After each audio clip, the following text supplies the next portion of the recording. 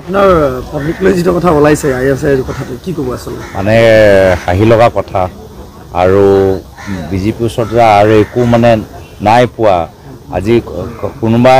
বিৰোধী আমি মাটি ওপৰত মাটি কেছ ওলাই আছে ডেফেমেশ্যন কেছ ওলাই আছে এইবোৰ সব কেছ লুকাব লাগে তলত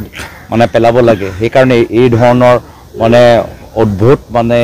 যুক্তিহীন কথাবোৰ প্ৰকাশ কৰিছে সেইটোৱে তেওঁলোকৰ দুৰ্বলতা আৰু লাহে লাহে তেওঁলোকৰ যে ভৰি তলত মাটি নাই সেইটোৱে প্ৰমাণ কৰিছে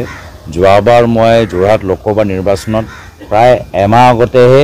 এই ধৰণৰ বিভিন্ন ধৰণৰ অপপ্ৰচাৰ মই নিজৰ ঘৰৰ সম্পৰ্কে মই পাইছিলোঁ বা সন্মুখীন হ'বলৈ হৈছিলোঁ এইবাৰতো এক বছৰ আৰম্ভৰ পৰাই বিজেপিয়ে আৰম্ভ কৰি দিছে এনে ধৰণৰ অপপ্ৰচাৰ তো অসমৰ জনসাধাৰণো বুজি পাইছে যে নিৰ্বাচন কাষ চাপিছে বিধানসভা নিৰ্বাচন কাষ চাপিছে আৰু এই ধৰণৰ বিজেপি অপপ্ৰচাৰ তেওঁলোকে চলাই আছে মোৰ ফালৰ পৰা তেওঁলোকৰ শুভেচ্ছা থাকিল মই ইতিমধ্যে কৈছোঁৱে যদি মোৰ পত্নী পাকিস্তানৰ এজেণ্ট তো মই ইণ্ডিয়াৰ এজেণ্ট যদি তেওঁ ISI তো মই ৰ এজেণ্ট এইটো ধৰণৰ কথাখিনি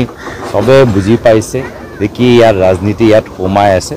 মই ভাবোঁ যে পৰৱৰ্তী দিনত অসমৰ জনসাধাৰণে এই ধৰণৰ কথা লৈ এটা উচিত উত্তৰ আহা বিধানসভা নিৰ্বাচনত দিব দেশপ্ৰেমকলৈ এটা প্ৰশ্ন উত্থাপন হৈছে যে আপোনাৰ পত্নী আজি 12 বছৰে অসমীয়াটো বাদে দিয়ক ভাৰতীয় নাগৰিকত্বই মানে লোৱা নাই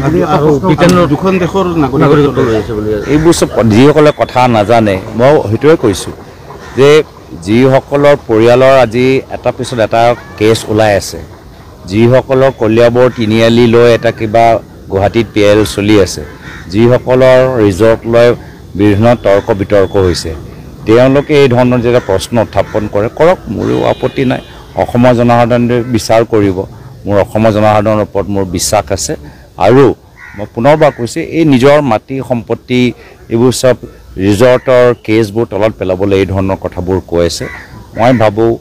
বিশেষকৈ বিজেপি দলৰ নেতৃত্ব বিশেষকৈ মুখ্যমন্ত্ৰীয়ে কৈছোঁ নাম লৈছোঁ আৰু কিনো আছে আৰু যে তেওঁ যে নতুন বিজেপি সভাপতি দিলীপ শইকীয়া ডাঙৰীয়া হৈছে দিলীপ শইকীয়া ডাঙৰীয়াক কেনেবাৰে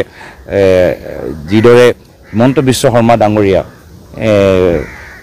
মুখ্যমন্ত্ৰী হৈ গ'ল ছাৰপ্ৰাইজ মুখ্যমন্ত্ৰী বেকডোৰ মুখ্যমন্ত্ৰী দিলীপ শইকীয়া ডাঙৰীয়া পৰৱৰ্তী সময়ত বা 3-4 মাহ পিছত তেওঁ ঘপককৈ মুখ্যমন্ত্ৰী হৈ যাব নেকি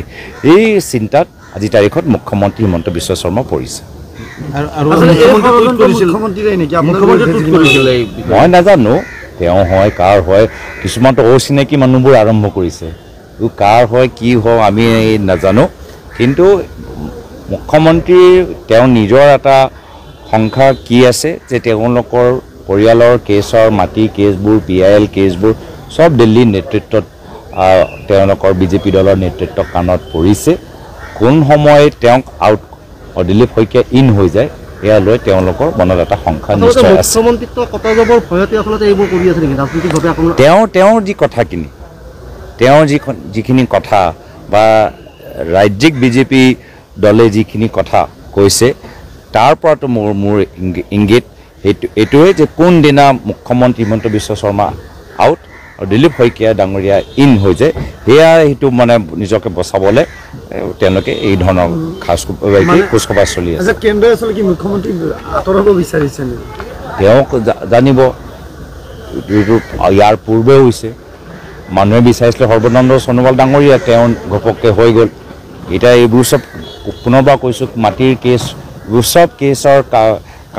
কয়লাৰ এই যে কি কোনোবা যদি ধৰা পৰিলে কিবা ED ৰেড হ'ল কিবা বঞ্চল নে কিবা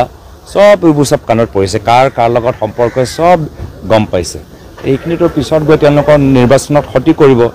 সেইদিনা কোন তেওঁ আউট হয় দিলীপ শইকীয়া ইন হয় এইটোৱে নিজৰ গাদী বচাবলৈ মই ভাবিছোঁ অলপ তেওঁলোকে শংকিত হৈছে মোৰ ফালৰ পৰা শুভেচ্ছা